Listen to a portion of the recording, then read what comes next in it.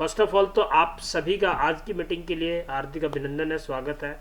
हमारी विंडो में लगभग 11-12 लोग शामिल हैं, 12 लोग दिख रहे हैं मुझे, मेरे अलावा 11 लोग हैं। तो आप सभी अपना कीमती समय निकाल कर आए हो, ये बहुत खूबसूरत बात है और इसका आप लोगों को लाभ भी मिलने वाला है। तो सबसे पहले आज हम बात करने वाले हैं कि एक इंश्योरेंस एडवाइज़र अपने बिजनेस में सफल क्यों नहीं होता, या अपने बिजनेस में सफल होने के लिए उसको क्या करना चाहिए। ये थोड़ा सा इम्पोर्टेंट टॉपिक है, इस पर एक बार चर्चा कर लेते हैं। उसके बाद फिर हम लोग अपने नेक्स्ट प्रोडक्ट पे बढ़ेंगे। ये आपके सामने स्क्रीन पे नज़र आ रहा है। अगर स्क्रीन पे नज़र आ रहा है तो प्लीज़ फटाफट अपने चैट बॉक्स में जाके यस का रिप्लाई छोड़ दिया करो, उससे मुझे भी पता लगता है किस आदमी को दिख रहा है, किसको नहीं दिख रहा, राइट। तो सबसे पहली लाइन आप देख रहे होंगे इसके अंदर, जो कि ये क्या कहती है, इंश्योरेंस बिजनेस में लोग असफल क्यों होते हैं। दो ही काम होंगे, या तो बंदा सफल होगा या असफल होगा। असफल क्यों होता है, उसके बहुत छोटे छोटे कारण हैं। सबसे पहला, विश्वास नहीं होता अपने आप पर कि भाई हम ये काम कर सकते हैं, इस बात पे हम विश्वास नहीं कर पाते, हम खुद विश्वास नहीं कर पाते, दूसरे की बात तो बात की है, राइट। दूसरी चीज आती है कि सबकी नेगेटिव बातें सुनते हैं, उनकी बातों में जल्दी आ जाते हैं। मीन्स मैं वीरेंद्र जी के पास गया, वीरेंद्र जी को मैंने पॉलिसी समझानी थी, वीरेंद्र जी ने मेरी बात तो सुनी नहीं, वीरेंद्र जी ने मुझे 20 बातें अपनी बता दी और मैं उसकी बातें सुन के, हाँ यार स्टार बहुत ख़राब है, हेल्थ इंश्योरेंस में क्लेम मिलता नहीं है, कंपनी अच्छी नहीं है, धंधा अच्छा नहीं है, बंद कर देते हैं। मैं वापस आ गया, मैंने उसकी सारी बातें मान ली, लेकिन जो कंपनी की तरफ से बातें बताई गई थी उन बातों पर मैंने कोई गौर नहीं करा। तीसरी चीज़ आती है कि यार बात कैसे करें, शर्म आती है, कैसे समझाएं यार, ये मेरा जीजा है, ये मेरा साला है, ये मेरा दोस्त है, ये मेरा मित्र, मैं इंश्योरेंस की बात करूँगा, नहीं नहीं यार धिक्कार है यार, मैं नहीं कर सकता, इसने मना कर दिया तो। मतलब इस तरीके के ढेरों बातें आपके मन में आती हैं, शर्म आती है, कैसे बताएं। ये तीसरा कारण है।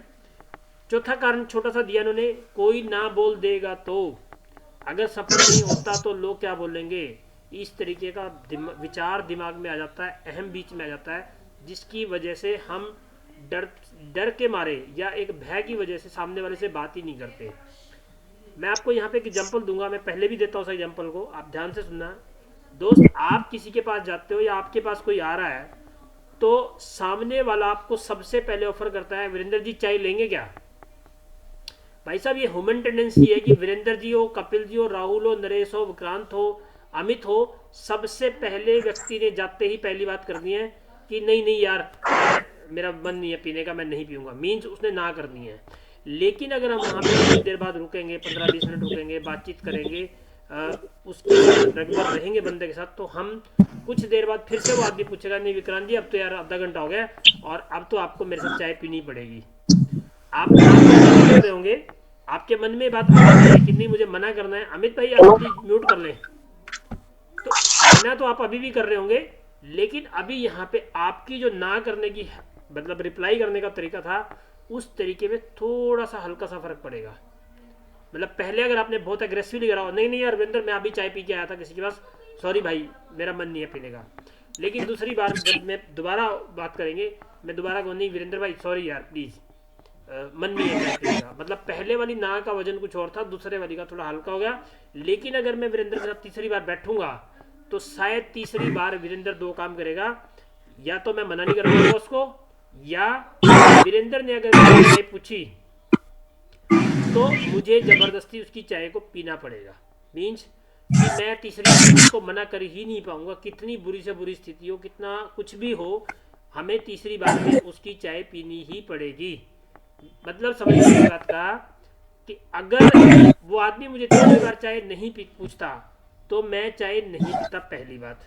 दूसरी बात, किसी भी काम को करने के लिए जब आप कम से कम 2 या 3 बार कहेंगे किसी भी आदमी को, गारंटीड वो आदमी उस काम के लिए आपको ना कर ही नहीं सकता। तो आप पहली बार से घबरा रहे हो दोस्त, आप किसी के पास जा रहे हैं, आपके पास कोई आ रहा है, एक बार कहने से तो वो आपकी चाय कॉफ़ी पानी भी एक्सेप्ट नहीं करता, क्योंकि ये ह्यूमन टेंडेंसी है कि उसने ना करना ही करना है, उसने मना करना ही करना है। तो आप इस बात से बिल्कुल ना घबराएं, ये बात दिमाग से निकाल दें कि कोई ना कह देगा तो, और गलती से अगर किसी ने हाँ कह दिया तो आपकी जेब में 5-7 हज़ार, 2 हज़ार, 4 हज़ार, 20 हज़ार का प्रीमियम 2 सेकंड में आ जाएगा। नेक्स्ट पॉइंट है, बहुत हम अपने काम को कंटिन्यू नहीं करते। सुबह मैं घर से मिला, मैंने 2 आदमियों से बात की, मैंने दोनों आदमियों ने मेरे को ना कर दी, उसके बाद मैंने तीसरे आदमी को बोला ही नहीं। पहली बात तो मैं दो आदमियों को कई महीनों में नहीं बोलता। आप जिससे भी मिल रहे हो, अब इसमें नीचे एक एग्जाम्पल दिया है कि कुछ आदमी जॉब करते हैं। जॉब करने वाले कौन है? जैसे दूध बेचने वाला है, अखबार बेचने वाला है, स्टूडेंट है, आर्किटेक्ट है, डॉक्टर है। ये सारे के सारे लोग डेली रूटीन में काम करते हैं, कंटिन्यूटी करते हैं। ठीक है, दुकान वाला दुकान पे जाता है, सब्जी वाला रेडी लेके आता है या सब्जी मंडी जाता है, किसान खेत में जाता है, मतलब गवर्नमेंट जॉब वाला गवर्नमेंट जॉब पे जाता है, प्राइवेट जॉब वाला प्राइवेट जॉब पे जाता है, बैंक वाला बैंक में जाता है, पोस्ट ऑफिस वाला पोस्ट ऑफिस जाता है, डॉक्टर अपनी दुकान पे जाता है, मेडिकल स्टोर, लैब टेस्ट, कुछ भी है, हर आदमी अपने काम पे जाता है, लोगों से बात करता है, डील करता है उनको। ठीक है, ट्यूशन वाला ट्यूशन पढ़ाता है, उसके बाद बच्चे रेगुलर आते हैं। लेकिन हम इंश्योरेंस वाले बंदे से बात ही नहीं करते। वाई? ये सब अगर वीक में एक बार और महीने में एक बार अपना काम करेंगे, सोचेंगे जब करेंगे तो क्या चलेगा, जवाब अगर ना है तो आपका कैसे चलेगा। अगर मैं कह दूं कि डॉक्टर एक हफ्ते में एक ही दिन दुकान पे जाएगा, अखबार वाला एक ही दिन काम अखबार देने आएगा, दूध वाला एक ही दिन दूध देने वाला आएगा, सब्जी वाला एक ही दिन सब्जी देने वाला आएगा, तो उनका परिवार कैसे चलेगा। तो ऐसे हमें भी अपनी जॉब को कंटिन्यूटी में करना पड़ेगा। जिससे हम डेली मिल रहे हैं, हमें उससे एक बार इंश्योरेंस की बात करनी पड़ेगी। एक इंश्योरेंस में कहावत बोली जाती है, अभिकर्ता। मेरी बात को सारे लोग ध्यान सुनना, अभिकर्ता पर जो काम कभी कभी करता, उसको बोलते हैं अभिकर्ता। अभिकर्ता बोलते हैं इंश्योरेंस एडवाइजर को। नेक्स्ट पॉइंट लिया कि दो लोगों की ना सुनकर काम बंद कर देते हैं, ये नहीं देखते। फर्नीचर के शोरूम वाला, रेस्टोरेंट वाला, कपड़े के शोरूम वाला, ब्यूटी पार्लर वाला लाखों रुपए डालता है, फिर बिजनेस फर्स्ट डे से शुरू नहीं होता, कम से कम 3 साल बिजनेस को देता है, बाद में वो किसी फैसले पर आता है कि बिजनेस चलाना है कि नहीं चलाना है, कि बंद करना है कि क्या है। अब मैं इस पर आपको दूसरा एग्जांपल देता हूँ।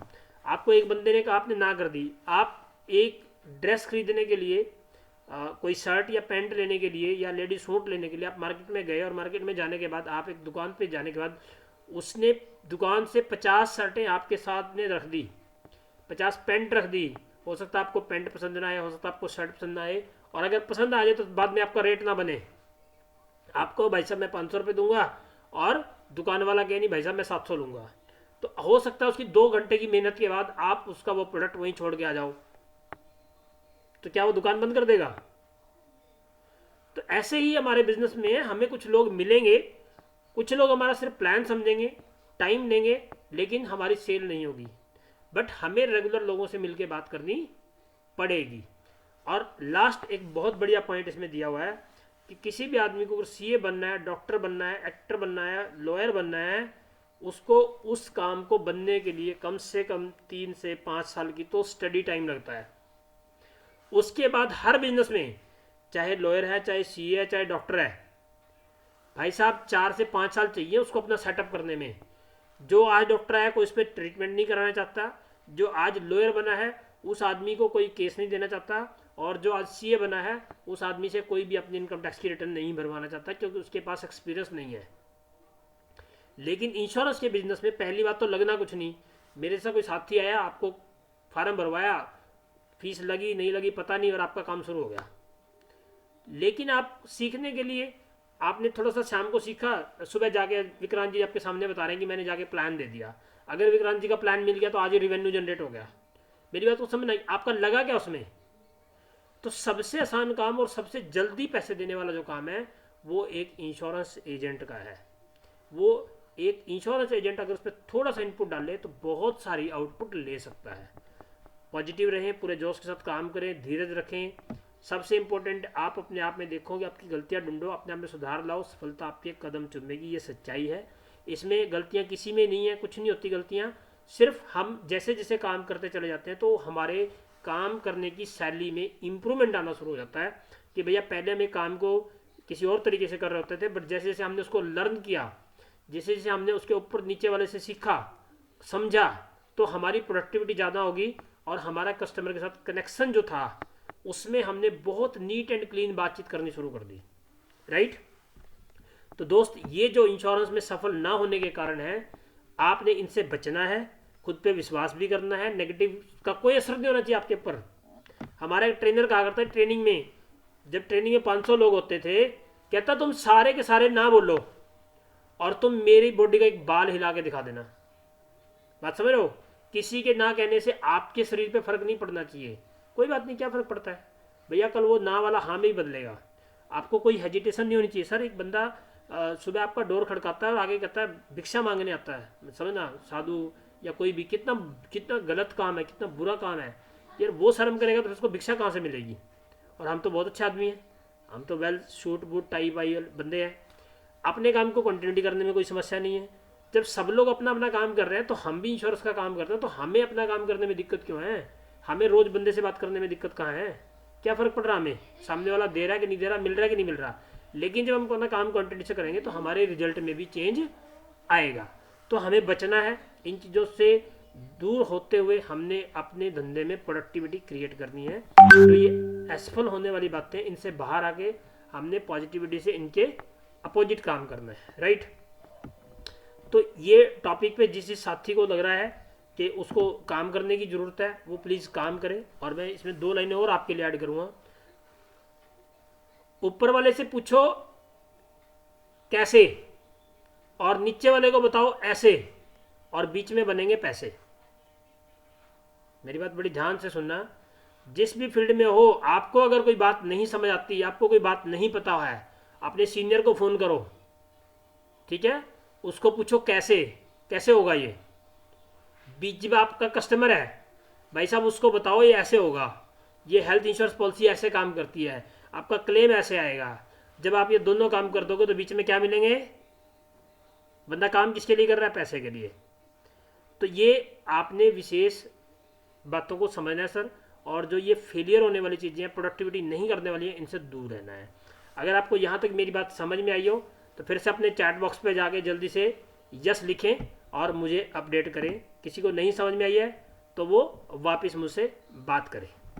कोई सवाल मन में हो तो उस पर बात करते हैं।